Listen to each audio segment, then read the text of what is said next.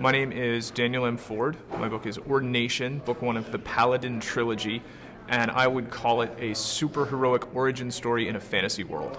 I've been reading fantasy since I was probably 4 years old, since I was old enough to read.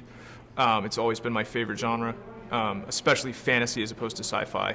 If I have to choose between swords and lasers, I want swords every time. My process is to lock myself in a room without the internet for 2 hours every night, and I mean every night. Maybe usually in a given year I take about a week off total, I would say. And I don't plan anything. I don't know what's happening on page 25 till I've written page 24. I would say cathartic happens when either when you finish a first draft and that story is at least out of you and in some kind of workable form that then you can proceed to fix. I would say cathartic also is when you sign off on the final draft and that this is going to print the way it is. But that takes a long time and a lot of drafts. Book 2 is called Stillbright. That's supposed to be coming out in fall of 2017. I can't really say too much about the story other than without giving away a lot of spoilers from book 1.